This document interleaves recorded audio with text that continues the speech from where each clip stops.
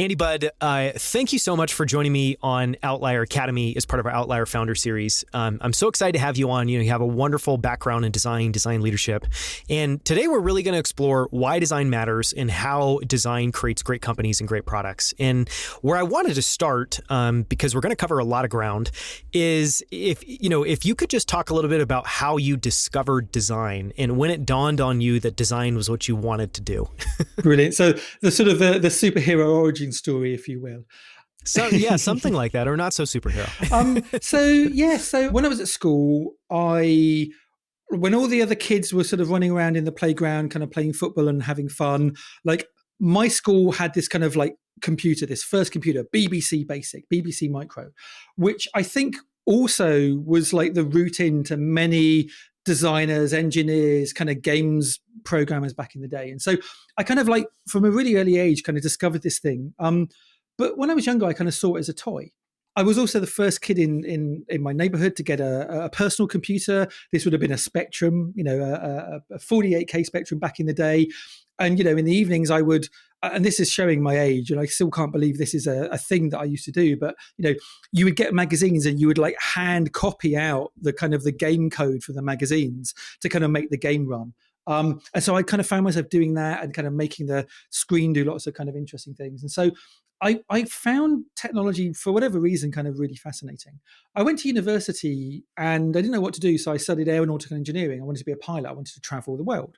And weirdly, in that time, like actually, even though I did an engineering course, like computers were not being particularly used. I did like a session on CAD and that was about it. But it was all very kind of manual and physical kind of wind tunnels and that kind of stuff.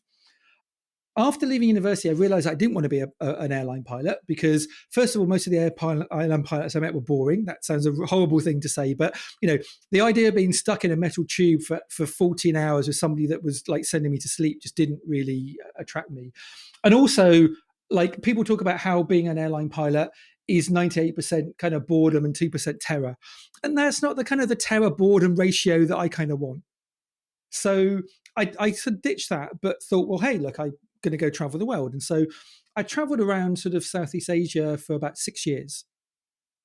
And actually, I learned to dive. I became a dive instructor. I traveled around Asia and the Barrier Reef and taught people to dive. And I would discover the next location by going and using this thing called the internet in cyber cafes. And one day I was sat in this cyber cafe in Manado in Indonesia, in the island of Sulawesi.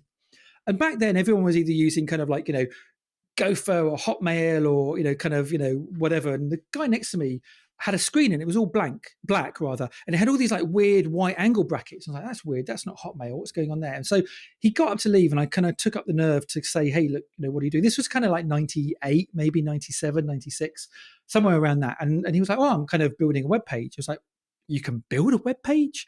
Because, from a kid, like you can't build a TV show, you can't build a book, you can't build a radio program. Generally, like back then, you didn't think about that. So I kind of thought, well, hey, look, rather than kind of sending emails to my friends to update and tell them what to do, I'll have a travel website. This was before my friend Peter Mayholtz coined the term blog. So this was like way before that. So I thought, okay, I'll teach myself to code. And then the other moment, I was in a hostel in Singapore. And there was this English guy and this French guy. And this French guy turned up all in Lycra. And I was like, where have you just come from? He's like, oh, I just cycled from Paris. This is in Singapore. I'm like, oh, okay. Where are you going tomorrow? I'm going back to Paris. Like he'd literally cycled all the way across the planet for one day in Singapore and then turning around. And then this other guy. And I was like, what are you doing? He's like, I'm a web designer. I'm like, oh, what's that? And he's like, well, I make websites and I do this thing called HTML. It's really easy. Anyone can do it. And I make a ton of money and I work for 6 months and I travel for the rest of the year. And I was like, wow, I like the sound of that. So I thought I'm going to go back to the UK and I'm going to learn to do this web design thing. And so sort of 98, 99, I kind of got into web design. I learned how to code. I learned how to build pages. I learned how to use Photoshop and all those kind of things. And I guess one thing sort of led to another. And, you eventually find yourself doing it all. I could program, I could use PHP, I could use MySQL, but it wasn't the area that I particularly loved. So I kind of like the thing that I was really into was the design side of things. And so that's how I became a designer. It's a wonderful story. I'm curious, Because design, at least, my kind of experience and understanding of it is, you have to be, I think, wired a certain way to enjoy it. And I think just be good at the sorts of problems you're going to be tackling. And I think, everybody, in my experience, has a slightly different understanding, definition of design. So I guess one of the questions I want to ask is, what do you think it was that for you made it so that design was the area that you were fascinated in? Was it your wiring? Was it the types of problems you were solving? What do you think led to that sense of, this is what I want to do? It's a difficult question because I kind of like both. Like, I did enjoy the programming. I did enjoy the problem solving. I found the kind of the bug bashing quite frustrating.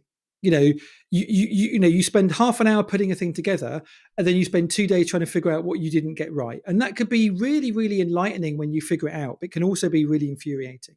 But what I liked, I guess, is a sense of flow. Everyone kind of is chasing this sense of flow. And whether you're an engineer or whether you're a designer, like, you can go into work in the morning, you can suddenly realize it's the end of the day, and you've been in this kind of beautiful state of flow as you're kind of doing things and making things. But also what you get is you get an immediate sense of satisfaction. So many people in their day-to-day lives are part of a much bigger kind of machine, and they're a cog in a wheel, and they take a bit of paper or a file and they move it from one part of the business to the other, adding a few bits and pieces, adding their stamp, and they move it on. And so most people never get to really see what they're making. As a designer, as an engineer, you, at the end of every day, you have a sense of accomplishment. You get to see the thing slowly take shape. You get to see the thing build. You get to see the thing run in a browser. You get to see the thing run on the internet. So you get this immediate sense of satisfaction and a real deep understanding connection to what you do and how it works. You pull the lever, you see the thing move, and that feedback loop is really important. I think also feedback loops are really important for mastery because, if the thing you do, you don't learn whether it's been successful for 6 months, a year, 2 years, it's really difficult to improve. Whereas with design and with engineering, like, you put it out there and you get immediate feedback. In engineering, if it doesn't render, or if it renders slow, or there's something wrong, you immediately know something's broken.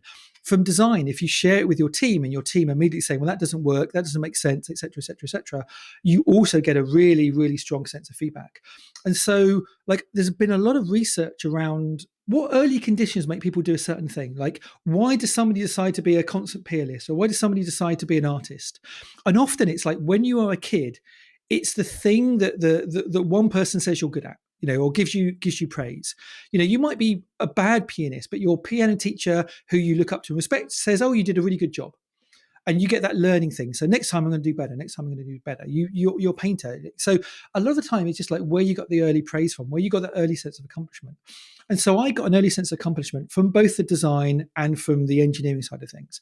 I guess when I was an early web designer, you would do a bit of everything. As the industry matured, you had to decide to specialize. Gone were the days where you could do front end, back end, JavaScript, SQL, HTML, CSS, and visual design. And so I ended up moving more towards the front end of the equation. I wrote one of the first CSS books in the market called CSS Mastery, which went on to sell like 1 million plus copies. There was a beautiful week where it was out selling Harry Potter, which was like, still my claim to fame here. Take that, J.K. Rowling. Absolutely. And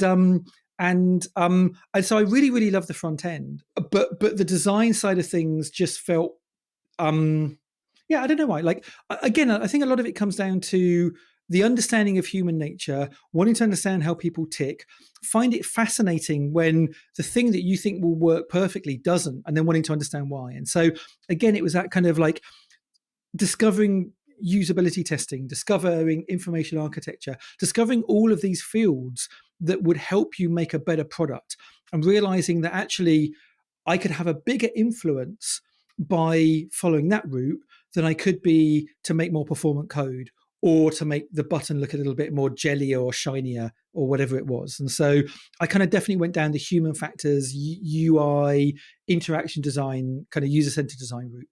It's a wonderful little backstory. I want to talk a little bit about Clearleft. You spent 13 years as a managing director. You helped found the agency. The agency is incredibly well known, at least in the design world. So we have to spend a little bit of time talking about that. And then we're going to move on and talk about design's evolution and how to create great products and a bunch of other stuff. And I guess where I wanted to start is just for people listening that may not know much about Clearleft, can you give them a quick overview and talks about, I guess, what Clearleft specialized in some of the companies you worked with?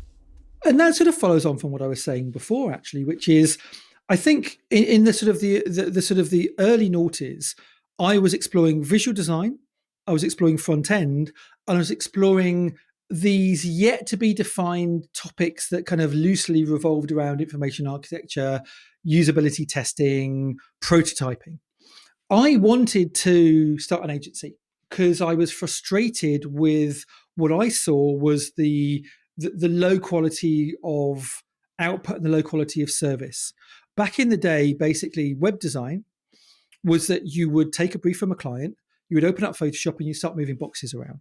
And it was more about like what it looked like, having a really cool swoosh in the logo. Hey, maybe we'll try a 3-column layout instead of a 2-column layout. But it was very, very basic.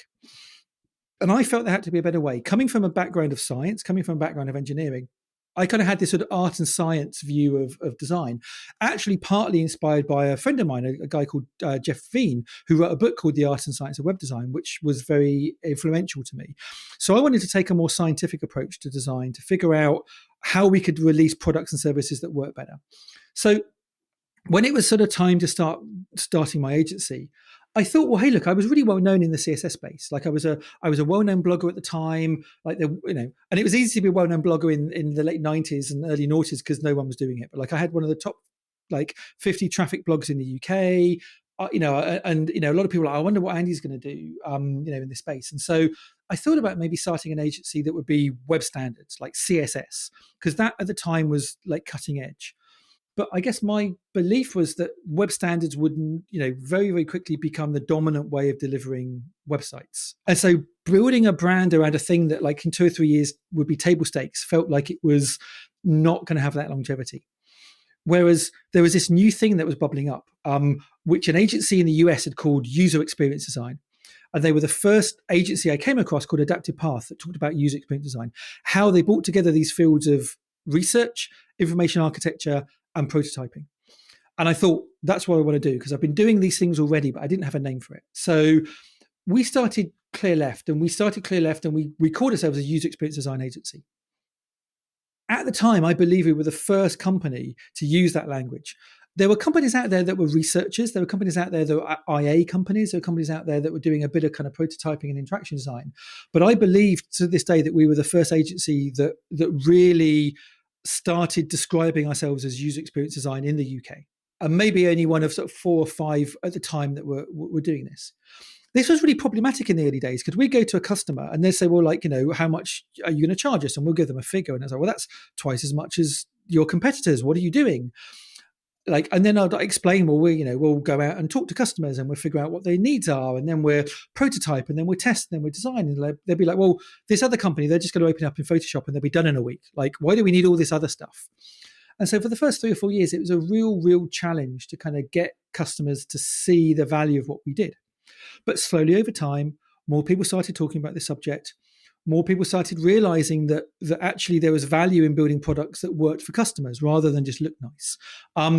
And I guess about sort of 2008, 2009, like we were in a bit of a zeitgeist. At that time, UX, even though there's still not that many people doing it, UX has become a hot subject. There were kind of newspaper articles and magazine articles like the top 10 coolest, job titles of this summer, and UX was like one of them. People were kind of like discovering this UX thing and going, oh, well, I'm a designer, but maybe I need to understand this thing. And actually, if I call myself a UX designer, I can double my day rate overnight. And so there was this kind of like massive sort of trend towards this new subject. We actually started the UK's and possibly Europe's first UX conference called UX London. I think in around kind of 2008, 2009, it's still going to this day. And so like we were really at the heart of this movement. And I think a lot of people kind of ask, like, what what your secret is or what your skill is. And a lot of people will kind of like, come up with some answer that centers them in the solution. Like I was just like really smart, really clever. I worked really hard. We were just lucky. Like had we decided to start a UX agency 2 years beforehand, would have been too early. Had we decided to start a thing called UX 2 years later, it would have been over. We would have kind of not been interesting. We just happened to be at the right place at the right time. We put the right money on the right horse, and we rode it for quite a long time. The downside is the UX space then got oversaturated. The language and the terminology got meaningless, and then that thing that was a benefit for a while then became problematic because I would towards the end of kind of like 2015, like every agency called itself a UX design agency. I'd go to companies and look at them. They were engineering companies. They had 50 engineers. They had one designer, but all on their homepage are like, "Hey, we're a UX company." It's like, well, no, you're not. But the problem is if everyone starts telling you they're a thing and people start hiring people because they think they're that thing, then what they consume from that company, they believe to be the thing. And so suddenly this term got incredibly devalued to the point that it was kind of meaningless because people were using it as a title to justify winning work and charging a certain amount, whereas they weren't actually sort of following the practice. And so I'd say kind of by the time sort of 2015, 2016, like the bubble had been kind of let out of the kind of the UX space. One of the pieces that you talked about there that I really like is, that you're approaching the problem of design as part science and part art. And one of the questions I wanted to ask was just around design culture. Clearleft has obviously done a lot of, incredible work for incredible clients. You've also been able to do that for over a decade, which I would assume as a marker of I would assume very few agencies survive more than a decade at the kind of level of prominence that Clearleft does. And so one of the questions I want to ask is just as you think about the design culture at Clearleft, what do you think you got right? And what do you think you got right about the way your team approached the work and the way your team worked together internally, and also the way that you worked with clients? I think there are a couple of ways of building an agency. I think the way most people do it is because they're building a business. And so what they do is they hire a lot of junior people. Often they give them the title of senior or principal. They charge them out for a very, very high amount of money. The work is kind of mediocre, but it doesn't really matter because everyone else in the market, if the work is mediocre, you don't really notice. And then what you have is you have a few more senior people at the top kind of overseeing. So you kind of have this sort of pyramid where the talent is centered at the top, and then you've got all these delivery people. And you kind of churn through these people every couple of years, and it doesn't really matter because you're seeing them as a little bit more cannon fodder. And that's how the agency world usually works. The challenge with having a lot of junior people is you need to have a big middle management tier of account managers and project managers, because if the people don't know what they're doing, you kind of need to steer them in the right direction. You need to make sure they're hitting their deadlines, et cetera, et cetera. But if you can get that working and you can scale up, you can make a profitable business, but you're making a relatively small margin off each individual person. But if you scale up to 2, 3, 4, 500,000 person agency, you can make a big business.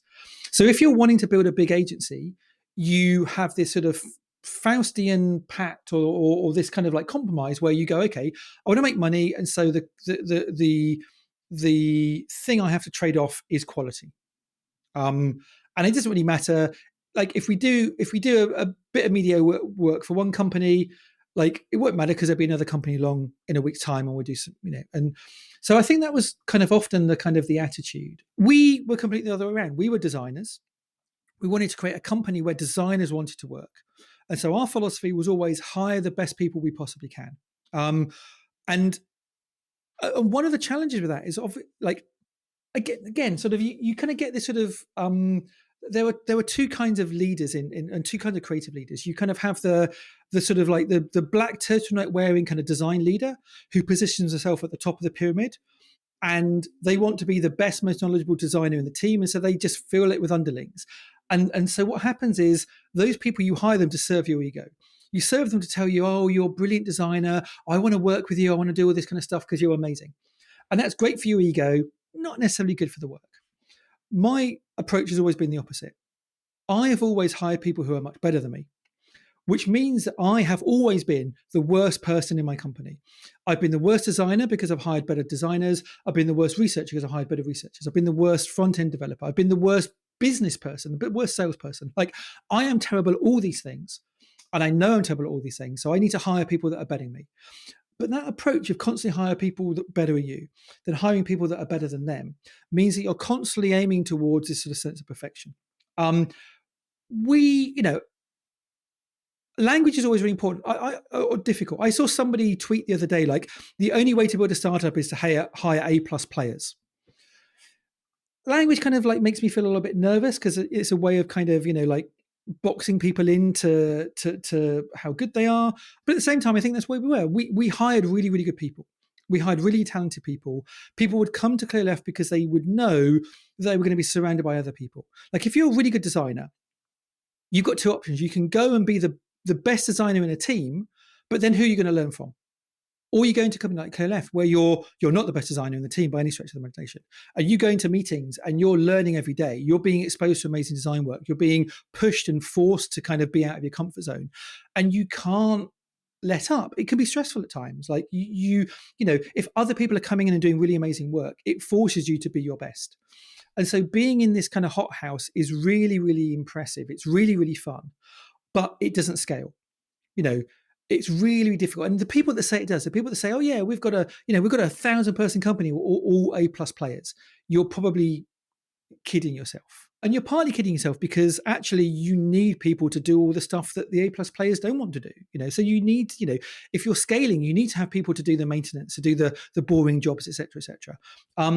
Whereas at Clearleft, we were able to kind of, because we were so small, we were able to turn down work we didn't like, that we didn't think would be something that would keep the team engaged. So our model wasn't kind of like to try and grow the company as quickly as possible. It was to try and hoover up the best work as possible, to give it to the best designers, to make sure that they had a really, really great time.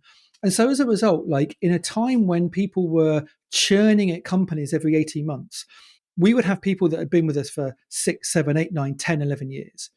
And every time they started looking over the fence to go somewhere else, they'd be like, oh, well, actually, your company doesn't do X. Like, you know, your company doesn't give a generous travel bonus. You don't go to South by Southwest or these other conferences each year.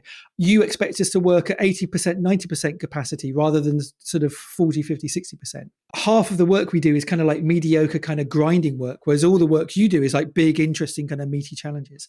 And so we just find a sweet spot where we could be a really, really good, talented, but small team of individuals that if you knew and cared about what good looked like, you would come to us. But if you didn't, if you just needed a team of 30, 40 people to stick in a bunch of seats, you go to a big networked agency and that was absolutely fine. And so we found our niche. And so weirdly, I think Clearleft were much more impactful into the design industry than our small size would kind of sort of indicate.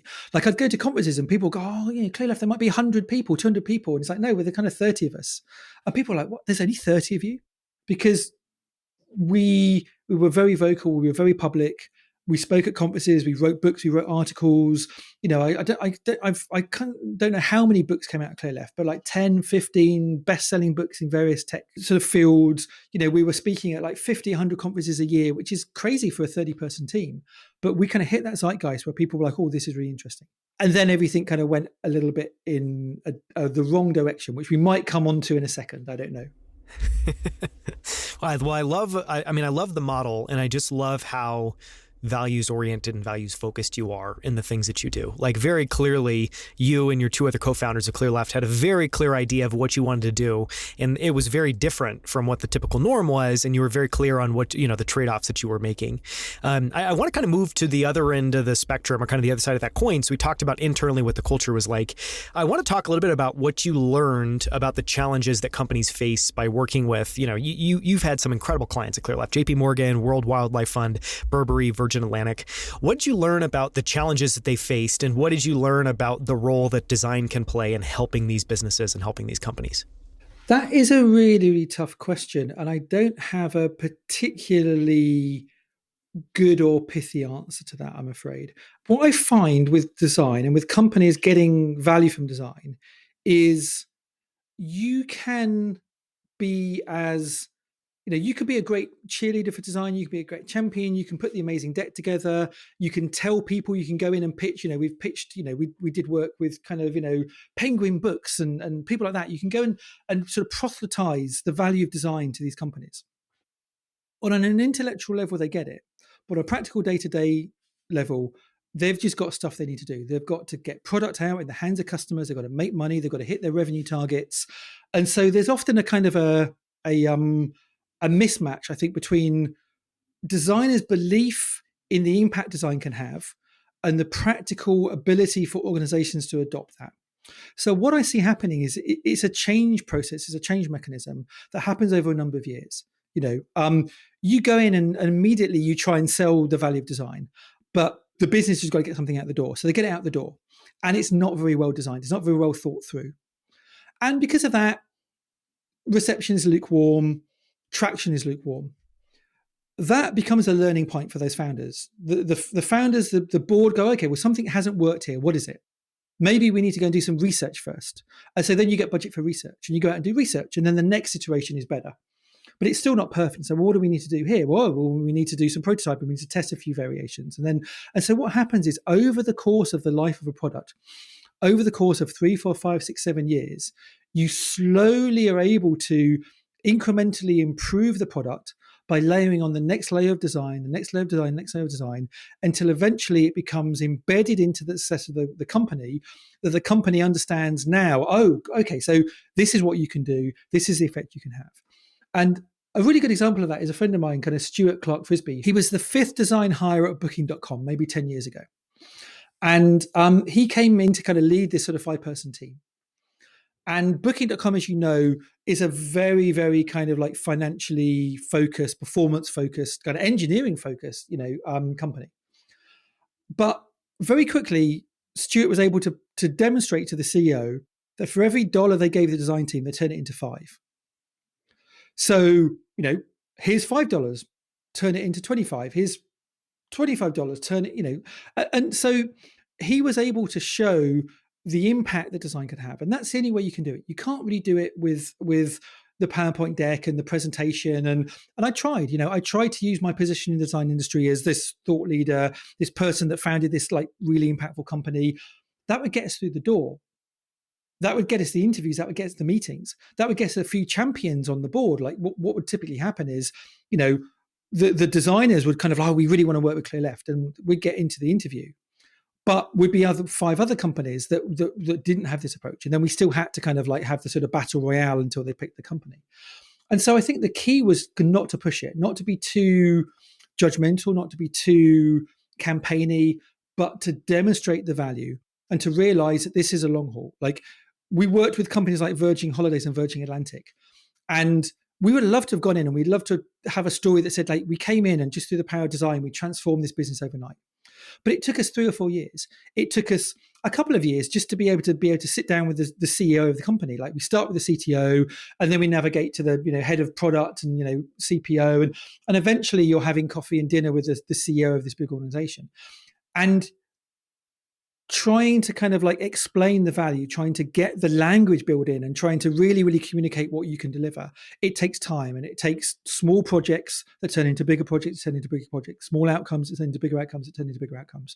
Now I'm actually pretty good friends with the sort of the ex-MD of Virgin Holidays, because he really sort of, towards the end of his tenure there, really saw the value. He really saw that if you could bring in designers, if you could bring in people like us, we could kind of really turn the ship around.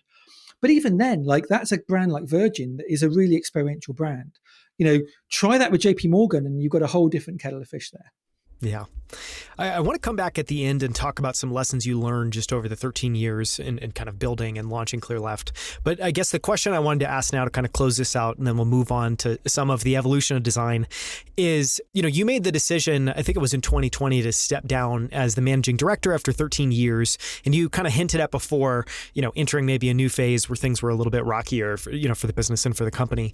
I'd love it if you could talk a little bit about, those last few years, what was happening, and then specifically just making the decision to step down. I think what I'd be curious there is how difficult of a decision was that for you to make? And then secondarily, if you could walk us through your process in making it. And really the reason I'm asking that question is, leaving an agency that you founded after 13 years is a massive decision. So anything you can lend to people listening about how you went through that decision, I think would be really valuable. I mean, there's a couple of things there which aren't necessarily associated. But so I'll start with one first, which is kind of like the journey. So I think, like I said earlier, Like UX was its dominance in kind of like somewhere between 2009 to 2015. And the web was still a little bit more of a kind of a maker culture. Like a lot of the people who were kind of like well known at the time, who were prominent figures, who were kind of driving the kind of the direction of travel, were bloggers. They were authors, they were speakers, they ran small agencies, us, Happy Cog, Adaptive Path, kind of Cuban Council, some really, really great agencies. But then all these startups started popping up. And in the early days, Facebook didn't have any designers and Google didn't have any designers. And then they had one designer, then they had 5, then they had 10, they had 50, then they had 1,000. Suddenly, the heat and the emphasis moved from the agencies to the tech companies. And now if you were a young designer, you wouldn't want to go and work at an agency, you'd go and work at Google or Facebook or Airbnb.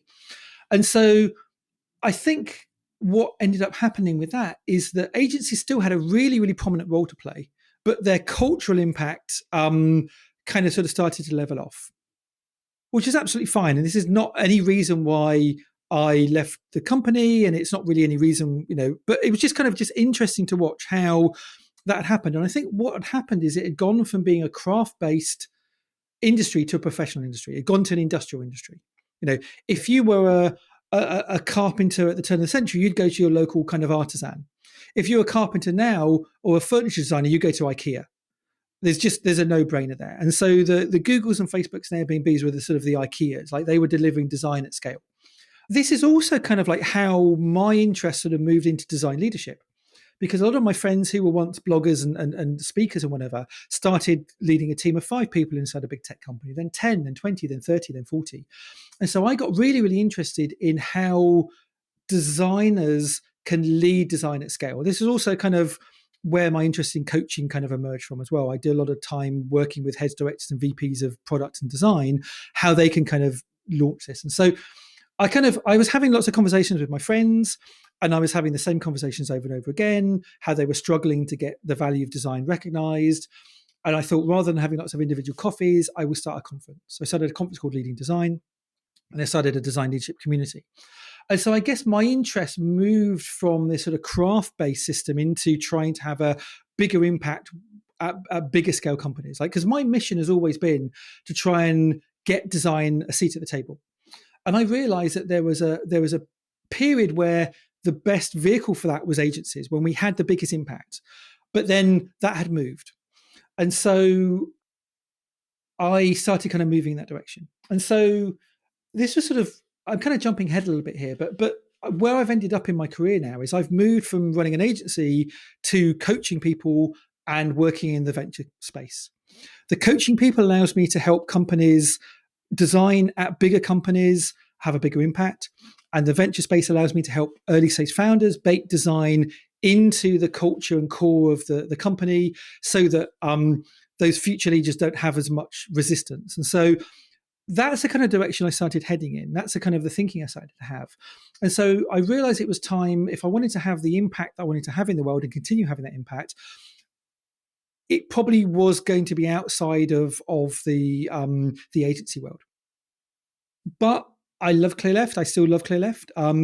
While I have left, I'm still a director. I'm still a minority shareholder. I'm still on the board. I'm still on the trust. And so I wanted to make sure that when I left Clearleft, it still would thrive. It was a difficult decision because I think having built your own company for sort of 13, 14, 15 years, you identify with it. It becomes part of your personality.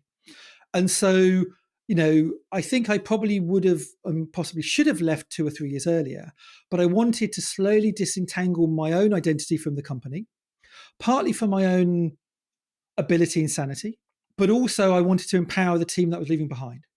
What I didn't want to do is because I was quite visible and I was seen as the MD, I was speaking at these conferences and events. And if I just kind of left out of the blue and there was nobody to step in, there was no one to take my place, it might have been seen as like, well, this is the end of Clearleft. And so I wanted to do it slowly. And so my first step was assembling a leadership team. And then my next step was to kind of slowly step back from that leadership team to let them take over. But to be there, I went down to Bali for 2 or 3 months and worked remotely, and to see how the team would sort of survive when I'm in a different time zone. I took a 6 or 8 week sabbatical to see how they would survive and how they would cope when I wasn't around at all. And slowly I built up confidence that the team would be able to take this forward. And slowly the team built up confidence that they could take it forward. I moved out of the day-to-day running of the agency and focused for a year or so just on the event space, because the event space was really driven by my network, but then also kind of slowly started handing over more responsibility to the events team, to the point that I woke up one day and realized I'm no longer needed. Like I've built a company that is self-sustaining, and I could step away from that company and actually nobody would notice. And that's a weird thing. I don't have kids, but I imagine it's similar to like when your kids go to university and you're like, oh, on one level, I feel proud that I've built these amazing independent people with their own kind of thoughts and viewpoint in the world. But also, it's sad that I'm no longer needed. And yeah, sure, I might see them at board meetings. I might see them at Christmas. I'm mixing my metaphors there. They might come home every now and again and need their laundry doing, but largely these are kind of independent people. So it took maybe 3 or 4 or 5 years for me to emotionally untangle, and also for me to set the company up in a way that I felt it would be happy and work well without me. And the last part of that step was to initiate a buyout of the company by the team. So Clearleft has now become an employee-owned business, which means that the employees, the people that are frankly the ones that are responsible for success, the people who are better than me at the design and the research and all that kind of stuff, are now stakeholders. They get to make more decisions around where the company goes, and they get to profit from the success of the business. And so I'm really, really pleased that I left it on that way. Because a lot of people, a lot of founders, when they get bored, they try and sell it. And if you sell the company, you can get a nice exit individually. Often the team don't necessarily benefit. They get handed over to some other buyer, some other owner that doesn't really value them as much as they could. And the whole thing kind of disappears. And so I've seen a lot of founders who leave and the company just kind of like crumbles a year or so afterwards. So I wanted to make sure that the company was resilient and had a reason to stay alive, but also was kind of defensible from acquisition, because we were constantly getting tapped up by M&As. We were constantly being tapped up by big technical implementers that wanted to buy Clearleft because of the brand and the value and the work we did. And so I wanted to make sure that if I left, the company could carry on being itself and surviving in its own right. I mean, congratulations on the way you ended it, because I think there are very few, I think what I've observed, to your point that you said, is, that the default path, I think when a prominent founder leaves, is kind of implosion. And that implosion can be around just the change and not being intentional and thoughtful enough about it. It can be just not taking the right steps and making that move slowly. And so I think it's incredible that you were able to slowly and methodically, and obviously it was very personal, and I totally get having to untangle your own identity, which is much more about, you than the team. But I think it's incredible you've been able to set that team up for success.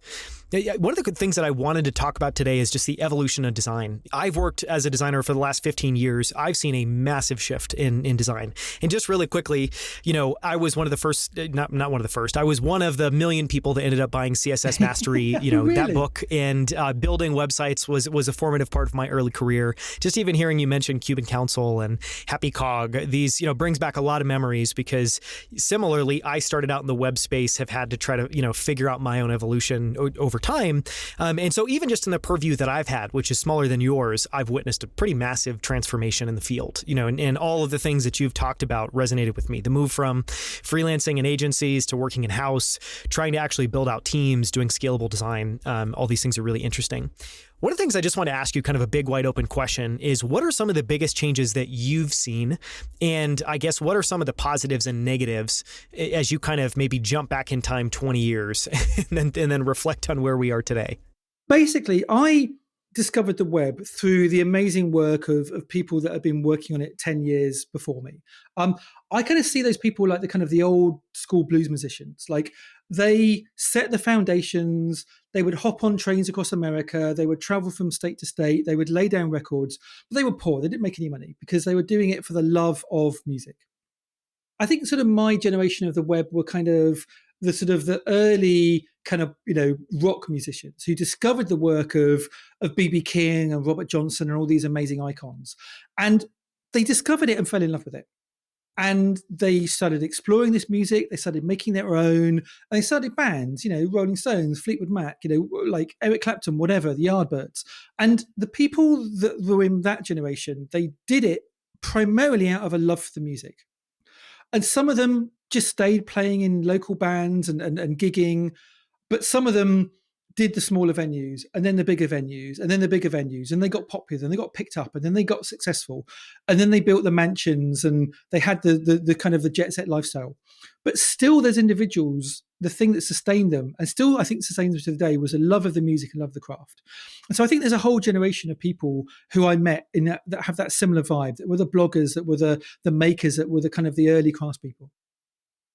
I think what's happened now is the industry has become an industry. It's stopped being kind of like happening, kind of grassroots stuff. And it's become this kind of big kind of Stock Aitken and Waterman kind of like produced sort of money-making machine. And a lot of people now have the sort of the X Factor kind of mindset. Is like they see the old rock musicians with the house and the car and the jet. And they go, I want the house and the car and the jet. What did these people do to get the house and the car and jet? Oh, they played music. I'll play music. So they discover music, they love music, but the thing that's driving them often is the output, the success, the jet, the car, etc., etc. And so I often find that there is a hollowness or shallowness in some of the people that I meet today in the industry because they're not kind of like deep in the roots of the craft. But I also realize that's an incredibly privileged, incredibly probably unfair and naive kind of viewpoint, because actually the people that are kind of chasing that kind of X factorization, that want to go, they want to speak at that one conference or elevate them to get that job or whatever, like they've worked really hard. They've got a huge amount of debt that's been built up through university. They've got, the opportunities, it's not, I could kind of like, not work and learn and study and teach myself back in the day. Like it's much harder to do that now. So I think we are in a much more commercial environment.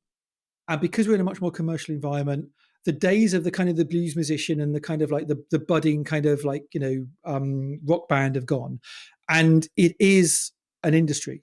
And I see a lot of people of my age and my ilk that are kind of like bemoan it. You often get articles going, oh, with a UX design, oh, the industry was so much better 10 years ago. And for that group of people, I think it was. But I think we're in a different environment, a different time. And actually, the web has become a career, and I do not begrudge people from navigating through that career in a very, very good way. Like I meet a lot of people that are my generation now that maybe took them 15 years to be head of design.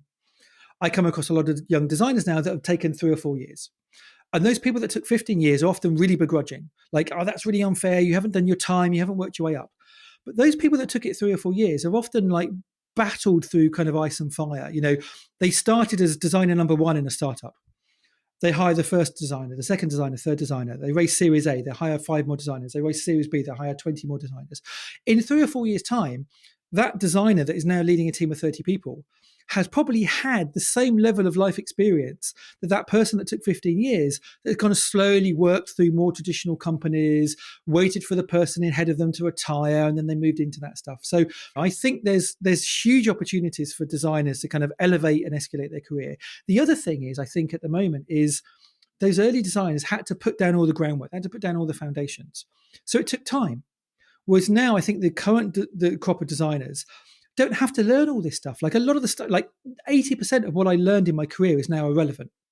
I don't need to, you'll appreciate this. Like, I don't need to know what a shim GIF is anymore. I don't need to know what table-based layout is. I don't need to understand how to do kind of marquees or, web safe colors. Like, I spent so much of my time. You don't even have to code now. Sorry?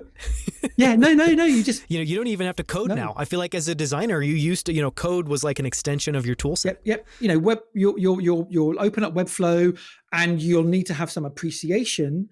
But your hand will be held, and so much of what I've learned has been useless. And so no wonder that it took me 15 years or 20 years to get to where I am. That some people are taking 3 or 4 years.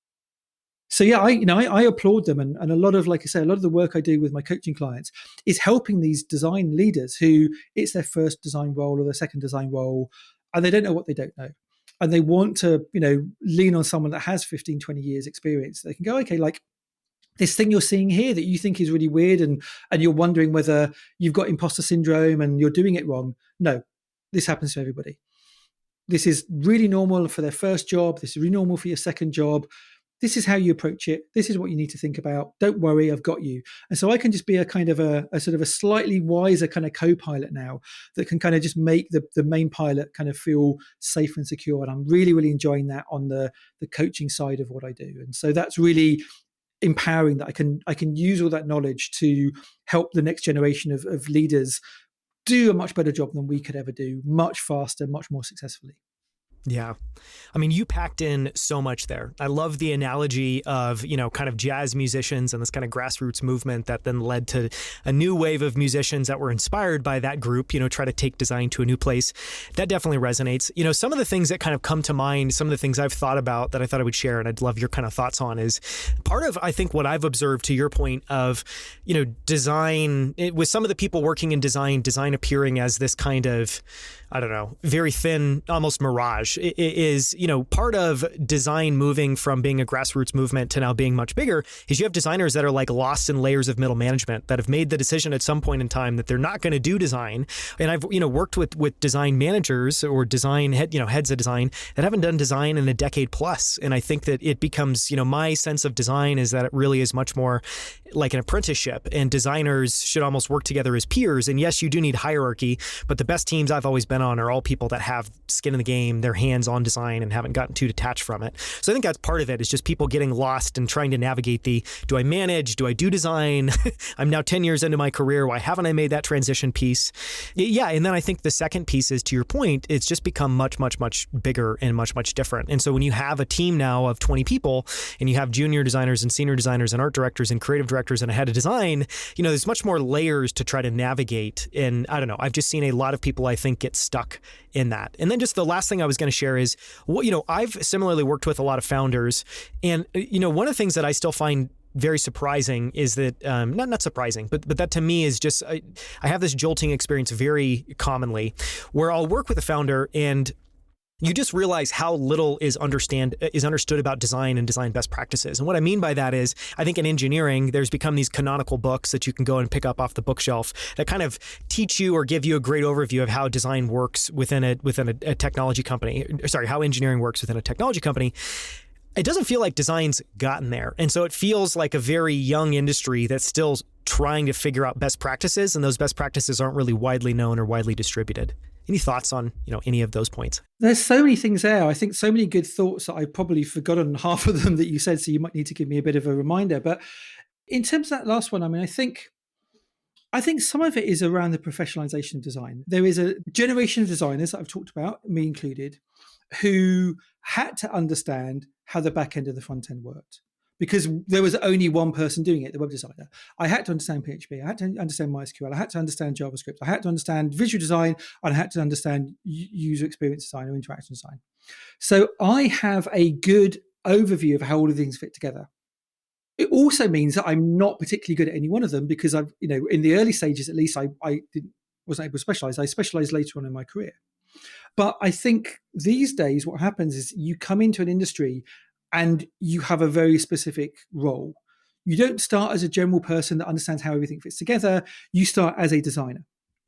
And if you start as a designer in an agency where every 3 months you're being given a different problem for a different customer, a different user, a different end user, you can iterate and learn really, really quickly, because you're getting the 0 to 1 problem. You're designing something from scratch usually each time, or at least improving something significantly.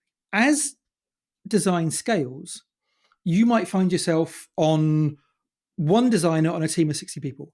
You might be on the 60-person design team that is responsible for the Google homepage, excluding the Google Doodle. So basically, you're one of 60 designers that is designing a drop down and some type ahead stuff. And that's really good, and it's really exciting, and you get paid really well, and you've got a climbing gym, and you've got free laundry, and you've got all these amazing things. And frankly, a year and a half of working at Google, no matter what you've done, every startup in the world want to hire you. But when you come out of that year and a half and you show your portfolio and you're like, hey, well, like I moved type ahead from 3 characters to 4 characters, and I worked on that for 18 months. A lot of designers now are, because they're in this kind of big industrial level thing, they are part of a much, much smaller machine. They are not the chef de partie or whatever it is. They're not the head chef that's kind of thinking up the meals, which is what you would be in an agency. You are doing the prep work. You're the KP. Today I've got to peel 1,000 potatoes. Tomorrow I've got to chop 1,000 carrots. And your knife skills get really brilliant, but your ability to then go off and design a menu or do a pop-up or whatever is really, really greatly compromised. So I think it's problematic for a lot of young designers. I think actually their ability to grow and scale becomes really difficult if you are doing a really, really small part of a much bigger problem. So I can understand the situation they're in. And I think in terms of like the maturity and the growth of the industry, that's where it's gone. It's gone to hyper specialization, a very, very small cog in a wheel. And if you remember, like one of the things I said earlier in our conversation was how when I was a younger designer, I loved the ability to, see the impact I've had at the end of the day. Like I remember talking to one designer who was in a big tech company for 9 months, and he was tasked with redesigning an icon. Spent a week designing the icon, 3 months pitching it, get feedback. A week designing the icon, 3 months pitching it, get feedback. This person was 9 months in. They'd worked on a single icon.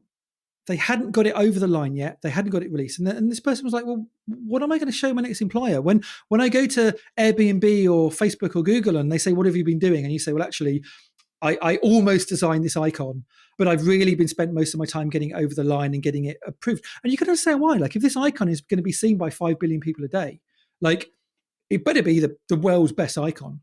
And, you want to make sure that the shade of blue is the perfect shade of blue to get the maximum amount of clicks, because 0.2% difference in the performance of this icon could be hundreds of millions of pounds. So the stress is there, but it's a really, really tough, different environment. Well, I think, related to that, I guess the way I've thought about that is it feels like now the challenge is if you're a designer is it's not so much about the company that you're going to go and work with, but it's what the actual day-to-day work looks like and how much ownership and control you're going to have, and also just how functional the environment is to come up with ideas, discuss and debate those ideas and try to come up with consensus or at least a decision on a direction to head. Because I think to your point, it's now every company wants design. That's the plus. The downside is almost no company actually understands how to harness the power of design or set design up for success. And so your challenge as a designer becomes how do you try to find that company where you can not just do great work, but not feel like you're bashing your head against a wall and actually feel like you've got some ownership and control.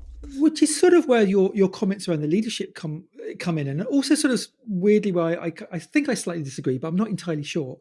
Like if you are that designer that's been working on an icon for 9 months and not getting over the line, or if you're that designer that's been trying to design the drop down, moving from 3 to 4 characters in the type ahead or whatever, you might find that really frustrating. And so you go, well, how can I fix this? Well, the way you fix it is, I need to get more power. I need to be the head of that team. And if I just am the head of that team, I will solve all these problems. I will empower my designers. I will release their creative freedom. And so you become a lead. And then you realize, actually, I don't really have the ability to really influence anything because I'm still at the kind of the bottom end of the funnel. So you then become a head, and then you become a director, and then you become a VP. And often you're constantly trying to climb up this ladder in order to make the generation behind you's life a little bit easier. But actually also what ends up happening is you climb up that ladder, you realize that the reason why it's taking 9 months to design an icon isn't because they don't get design, is because this thing probably is going to cost them hundreds of millions of dollars if they get it wrong, which as the designer, you might think, well, this is really ridiculous. So you kind of end up kind of wanting to get into leadership and management to solve the problem, but then you get a much better understanding of what the problem is. And eventually you end up becoming part of the problem. And then the next generation comes up and boots you out. To your point about designers being practitioners, like I know a few incredibly talented design leaders who are also really amazing practitioners, but only a few. I think it's difficult to maintain your craft as you go up the levels because, first of all, it becomes a bit selfish. Like your job as a leader is to empower other people. So if you're keeping on taking on design work, you're not giving the best design work to your team, then that's selfish. But if you're not taking the best design work, you're taking the mediocre work. Well, if you do that, then that's a waste of your time. If you're paying $200,000 a year and all you're doing is doing mediocre design work, that's a waste of time as well. And also, it's probably a blocker because if you try and take on a major piece of design work, but you've got one-to-ones and you've got interviews and you've got kind of performance reviews and all the kind of stuff you need to do as a leader, you're not going to be able to do this. And so what ends up happening is a lot of mid-level managers try and be this sort of player coach, where they're both a practicing designer and a manager. And what ends up happening is they tend to do both bad. They either don't have enough time to do good design, and so they're a blocker and they're frustrating everybody, or they're doing too much design work, and it means that one-to-ones are getting missed, performance reviews are not being filed, resource. So at some stage, you have to decide whether you are going to be a manager or practitioner. Fortunately, in a lot of American companies, there's this idea of this kind of dual track, that you can be a IC, individual contributor, or a manager. That is brilliant, but it's kind of rare around the rest of the world. So a lot of companies people end up trying to make lives better by being a leader, and that necessitates them giving up design. And also, if you remember what I said about design as well, like if you are making decisions based on what you want to do, if you love design, you're going to choose the thing that you love. And so you're going to be doing design all the time, and you're probably a bad leader. Like in the same way, like if you've got kids and you still want to be going out drinking as much as you used to, you still want to be buying as much money on clothes and holidays and what have you, you're not looking after your kids well. So when you become a parent, you stop, you get comfortable walking around with like vomit on your clothes, or, not worrying about kind of like how cool you look. You're not going out all the time because you've got these other people to look after. I think the same is true of a design leader. At some stage, to be an effective design leader, you have to put away the things that give you the things that you love, often the kind of the long hours of flow work, because you're giving that up in order to make other people's lives better. But that is a trade-off, and it's often a really, really challenging trade-off for people. I would also say, I think there's a philosophy. Some people go, "Oh, you can't be a great leader unless you're also an amazing designer." But I don't buy that. Like, I know a few people who have never been designers in the world, but they're great leaders because they understand design, they understand the value of design. They're great at the politics. They're great at the human side, great at the self-care. They're often much better leaders of design than designers, because the designers get trapped. Similarly, like I know some really, really amazing CTOs who have been brilliant coders in the past and still might do some coding in these days, on the side. But if you're the head of engineering, if you're the CTO at Slack and you're pushing code updates, you're probably not doing the right job.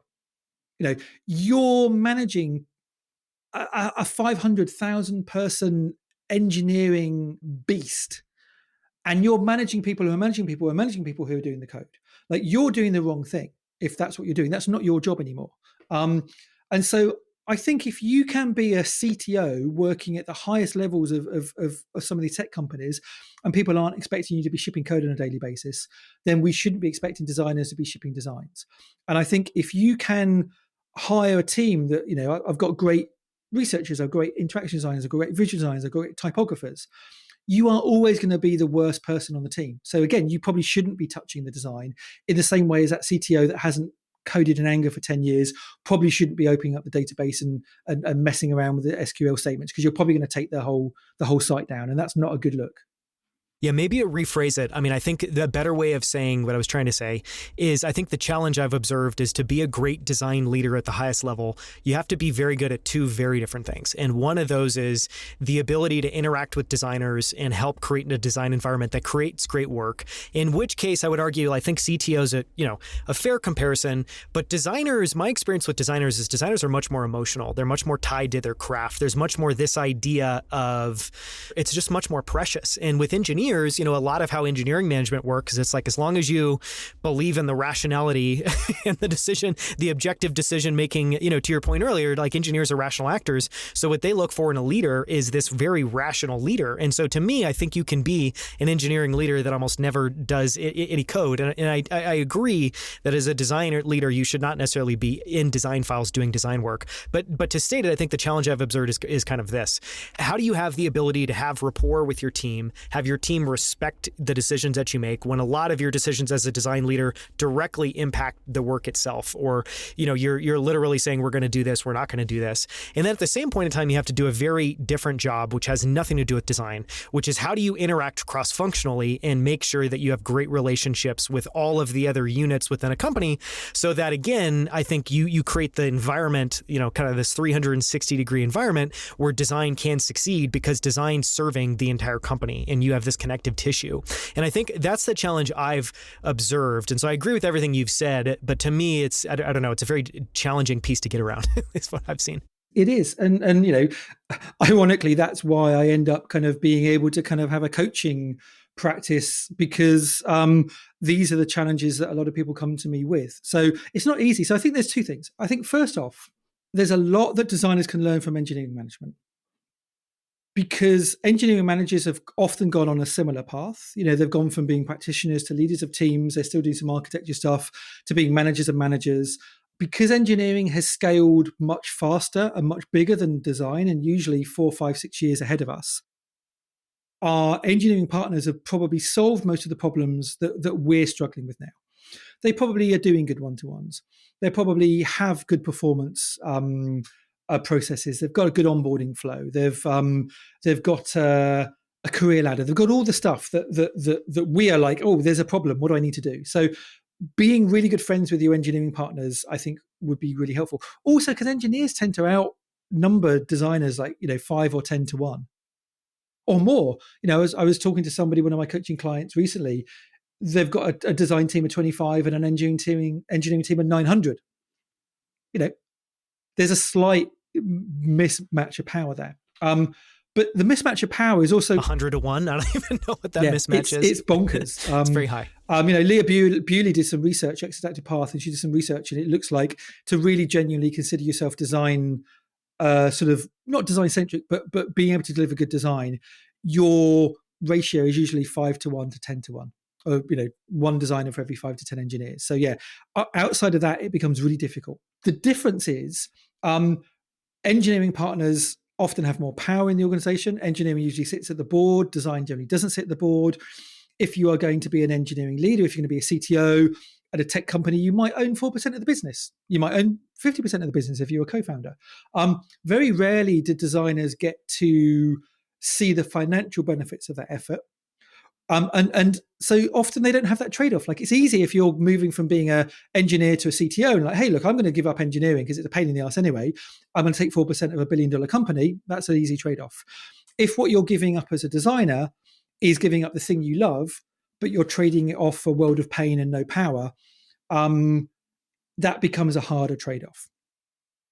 But also what happens is there's a really, really tough mental switch that happens when designers become leaders that I think most designers really, really fail to get over.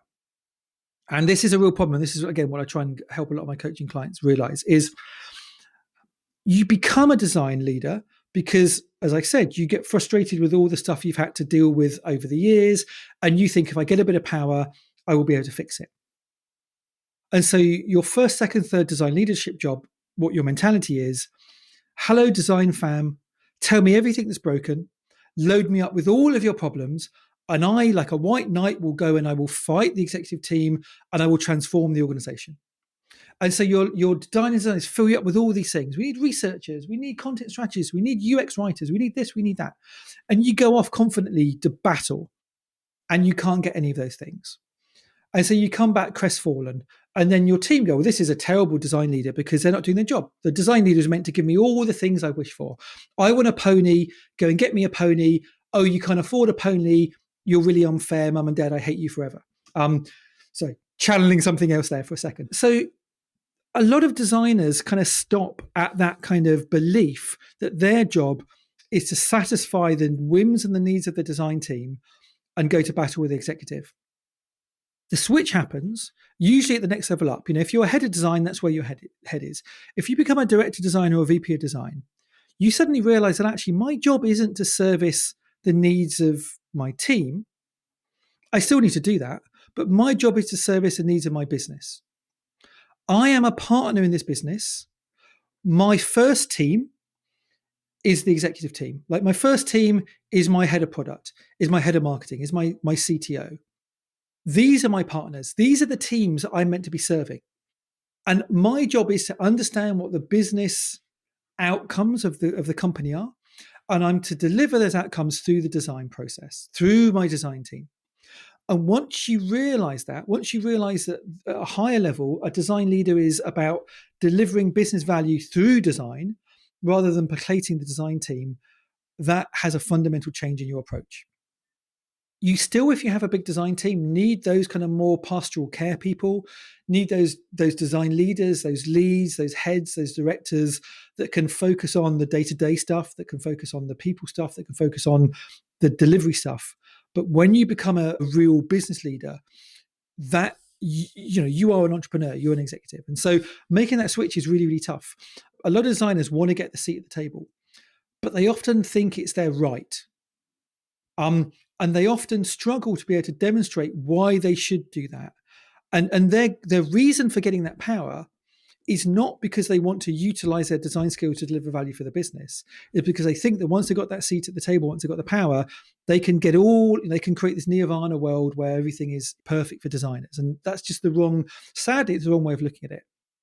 I'd love if that was would work, but it just doesn't work. And so I think a lot of designers get kind of stuck misunderstanding what leadership at the highest level means, which is why we only have a few chief design officers in the world, a few dozen in the US. But when you talk to those people, that's their attitude.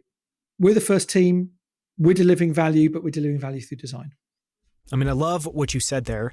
And I want to try to tie this together with some of your coaching work and, I guess bring up one other thing, which is in my experience working on design teams, leading design teams, I think something I've taken away from that experience is that what designers need kind of more than anything is to focus on soft skills and really develop soft skills. And that, I think that I've worked with and, some of the most talented designers in the world. And yet what I've seen is, I think, is just going back to, I guess, this note of kind of over the last 15, 20 years, we've seen this transition where it moved from being a grassroots movement into now it's much more commercial, for better and for worse. Design has more power, design teams are generally larger, design's more valued. And yet part of that problem is just how do you navigate that? How do you make sense of it? And one of the observations that I've made, which I still haven't been able to really disprove, is that I think what most designers really need to lead into is just developing the softer skills of, to your point, I think what I've seen is to be effective at those highest levels has nothing to do with design. You need to still have the design fundamentals. You need to understand how design works. You need to know what, how designers can work with engineers and product managers to make a great product. But you also then need very, very, very different skills, which is much more around persuasion, much more around connecting with other people.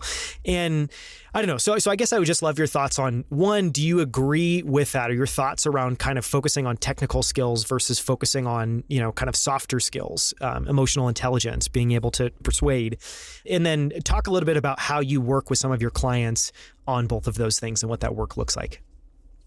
Yeah, it's an interesting one. I mean, I don't think it's necessarily unique to design, but I think what happens when anybody moves from being a craftsperson to a manager is they're really good at doing one thing. And so your boss comes on and says, you're really good at doing this one thing. We're now going to give you a completely different job that has very little bearing on what you did before. And we expect you to be really great at it and knock it out of the park. If you are a great designer, it doesn't mean you will be a great manager. And if you're a great manager, it doesn't mean that you'll be a great designer. But we find ourselves in a situation where you're making that leap. Like, hey, you're the best designer on the team. We're going to turn you into a manager. Often that's a terrible idea. Often, if that person wants to be a manager, that's great. But if they don't want to be, they often kind of take on this role slightly begrudgingly and often end up feeling like they have to give this thing away that they love, which is the thing you talked about before. But most people who are new managers get dropped in it. They have no training. They often, their only knowledge of management is kind of like what they've experienced personally. And most of them probably have experienced lots of bad managers rather than good managers. So there's no modeling good behavior. And so it's really easy to understand why bad managers beget more bad managers and so on. And so what you tend to find is you do tend to find a generational change whereby each generation of manager gets slightly better than the last. And so maybe after 10 or 15 years of a company, you've got mature design practices. But it's really, really tough. Again, if you think about it, if you're the best brain surgeon in the hospital in New York, do you want to turn that person into someone that is managing doctors and staff and procurement and all that kind of stuff? No, you want them, slicing open brains and queuing people.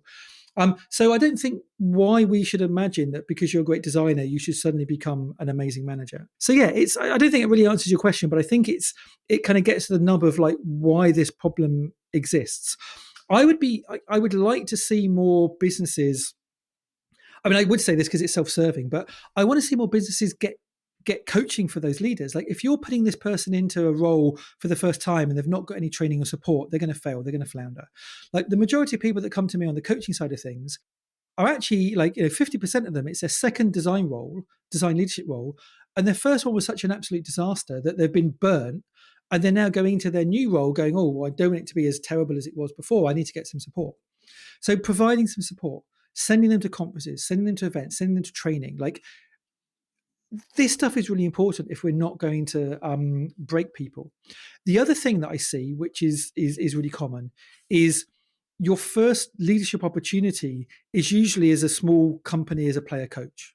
As I said before, player coach is the worst role because you end up doing two things really badly.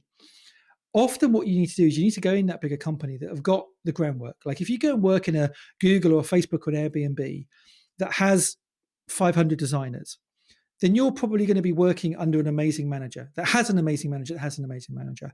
You're probably going to be on an already existing one-to-one schedule with an existing kind of process, onboarding, flow, rituals, reports, all that kind of stuff. So you can go into a company that has a mature design leadership practice and you will learn from that. And once you've learned from that, then if you go and you run your own team, you've got this sort of foundational material that you can draw upon. If you've never been a design leader before in a company that's never had a design leader before, that doesn't value design, like that's a triple threat, really. That's like the worst of all worlds, I'd say. I'd love to, close out with just a couple of closing questions and ask your advice for designers. And one of the questions I wanted to ask was what advice you would give to young designers. And so I'm thinking about myself early on, when I was kind of stumbled across design, building websites, discovered that this was something that I loved. And I had no idea what to do with that skill set or how to think about design or how to think about a career in design. And so, for people that, they could be in school, could be freelancing at the very start of their careers, any advice for how they should approach a career in design and just why design matters, why that's something worth pursuing? I mean, we've talked a lot about, over the course of the conversation, a lot about kind of Clearleft, a lot about kind of design leadership and design coaching.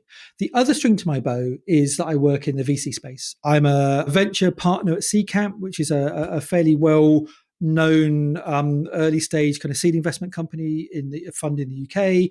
We're kind of like Europe's kind of sort of seed fund. And the reason I moved into the venture space is because I want to see early stage founders taking advantage of design as early as possible, because I think it helps them get to product market fit quicker. I think that means that you're being a lot more capital efficient, which from an investor's point of view, you want to be. Like if it takes them 3 years to get to product market fit, that's not good. So from an investor's point of view, if I can get them to product market fit in a year, 18 months, brilliant. Who do I believe delivers product market fit? I believe that designers have a massive role to play in product market fit. I mentioned this before. Like, I think designers have ability to through their research skills, to talk to customers, to understand what their needs are, to evaluate the competition and figure out what's working, what's not working. I believe they are really great at prototyping products. So rather than building a thing to find that it doesn't work and you've wasted lots of engineering cycles, you can prototype using your mind, using Figma, using Sketch, using whatever, and solve those problems so you're launching in a short amount of time a much better quality product, and you can iterate and you can prototype and you can test. And so all of these things reduce the learning cycles, get better products out quicker. So my advice to younger designers is I think startups and agencies are a really good place to learn. I think agencies are a really good place to learn because it's, as I said before, it's this coral reef. You go in, you work on a 0 to 1 project for 3 months, you work on another one, you work on another one. I think if you work in an agency, in 3 years' time, you're having the same level of experience if you went to a big in-house company you might get in 10 or 15 years, if at all. I think startups are great because what happens is you go in from day one, you are having conversations with the founder, you're having conversations with the CTO, you are directly impacting the direction of travel. As that works, as the value you start putting in starts seeing returns, you get to hire that second designer, you get to hire that third designer, you get to hire that fourth designer.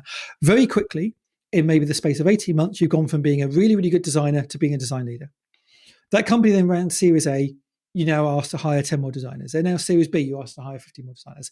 You can accelerate your career, have a massive impact, really, really foreground the value of design, and if the company does well, capture some of that value through the equity that you've gained in trade of some of your sweat equity. So I think following that kind of founding designer track can be really good. A lot of designers that I meet have been put off working in startups because I think 10 years ago, the startup culture was, we work you hard, we work you 6 days a week, 12 hours a day, we'll burn you out, we'll pay you poorly, and you eat ramen all the time. I think that culture's changed. I think now when I see people being hired at startups, they're being paid a reasonable wage. Work-life balance is really respected because talent is really important.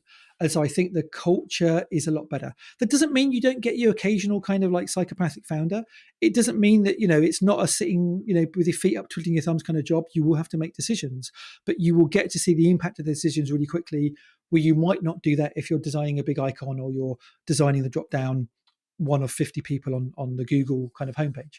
So I think the impact you can have, and I think if you go and work at 2 or 3 startups over the course of 6 or 7 years, like you can accelerate your career, you can have a huge impact, and I think it's really, really beneficial. So yeah, agency or startup world, I think is good.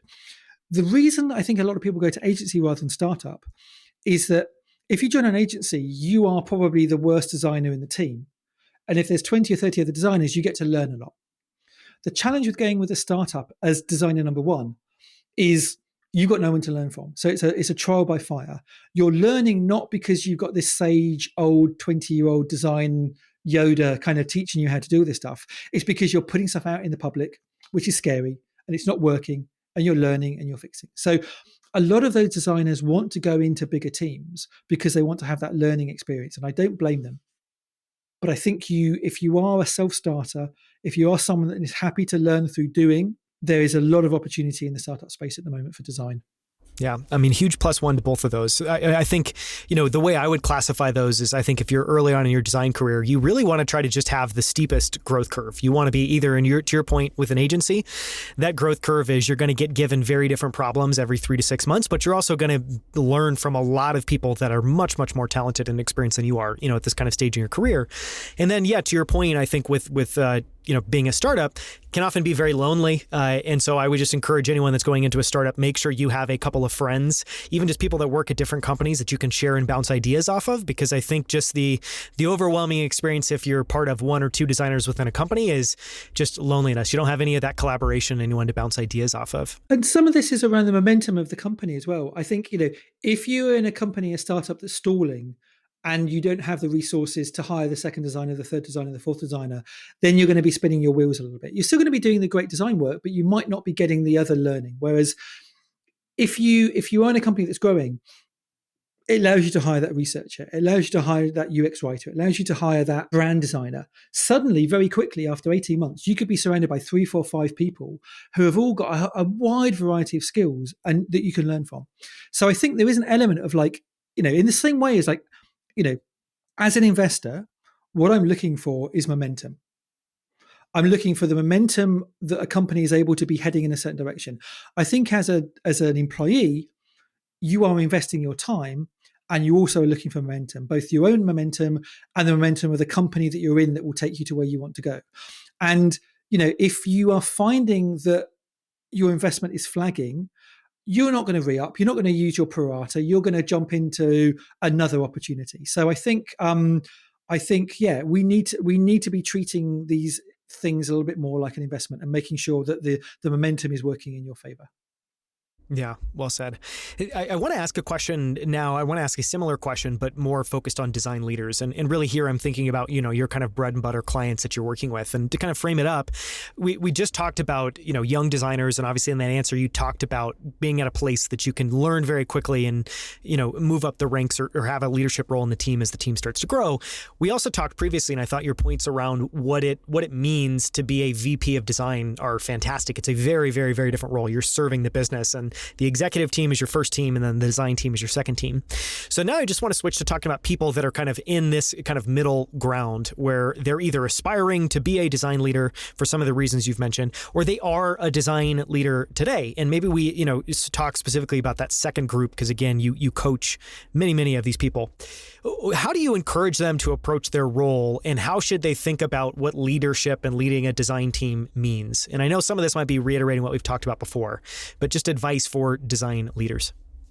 I've got a talk at the moment, which I've been really enjoying, which I've been calling a Design's Midlife Crisis. And a lot of it is around, I think, as designers, we have been taught to expect a world the certain way. We've been taught that we need to follow the double diamond process, and we need to do as much research as we do delivery. We've been taught that the double diamond process encourages us to kind of like go broad and explore a whole bunch of different ideas before we double down and then pick one. We've been taught about the power of design and the importance of research and all this kind of stuff. And so we've held this to be true. But then time and time again, when we go into the workplace, we find that this is not how industry generally works. And so we fight against it and we push back. And I still think we need to be doing that, because I think we need to iterate, we need to improve. But I think a lot of designers find when their beliefs come into contact with the reality of a commercial situation, they just get knocked down and kind of to the point that they leave and come to a new company, and then they go through the cycle again and again and again and again. So I do think there's a level of pragmatism. I do think there is a need to realize that what we've been taught about design, maybe theoretically is right, is not how it generally works in most organizations. And actually, we need to be happy delivering that project that is 80% better than what it was before, but isn't 100%. We need to be comfortable that actually design isn't the center of anything, that we are a supporting player, that we actually need to understand that even though we think we're user-centered, the sales team and the product team and the CEO probably speaks to customers a lot more than we do. And actually, even if they're not doing like the good, kind of HCI-based research, they probably have a pretty good understanding of what needs to be done, and that we shouldn't be constantly throwing our toys out the pram when we're asked to do something and we haven't validated it. So I think we're our own worst enemy. And so what we ultimately need to do, I think we need to be more team players. I think we need to be more pragmatic in the battles we decide to fight and the battles we don't. I think we need to be demonstrating how we add value, not by giving the PowerPoint deck and giving the kind of the sermon from the mount, but by actually rolling up our hands and getting in there. One of the groups that I think have done this the best are the growth design community. So there's a whole group of designers who are working not so much on kind of improving product features and functionality, but are focused on what we can do to the product and also to our onboarding and our email kind of retention sort of stuff to slowly be improving things. And so they'll run little, week-long sprints. They'll be really analytical. They'll be able to do front-end code, and they'll be constantly tweaking things, tweaking this label, tweaking this button, tweaking this onboarding flow. And very, very quickly, those growth designers are able to demonstrate, hey, look, over the course, by every day making a 1% change, the benefits of compound kind of interest means that like at the end of the year, I can't remember what the figures are, but like it's got, 1,000%, 10,000% more because you're making the constant improvements. So rather than fighting it, we need to demonstrate. And I think growth design and the role that growth can have, or design can have in kind of growth, because at the end of the day, this is what startups are. Startups are mechanisms for growth. They're commercial mechanisms. They are also, we need to do it in a good way. So which is why I think growth designers are great. Like I was never a big fan of the old growth hacker movement because it tended to be a little bit kind of manipulative and dark patterny. So I would rather see designers adopting an ethical standpoint to growth than marketers and growth hackers that might be kind of playing in the dark pattern space. I think that's a really, really useful place that designers can see, not just shipping product, but helping that product to kind of grow in a meaningful way that the business notices and goes, wow, there's something interesting going on here. Yeah.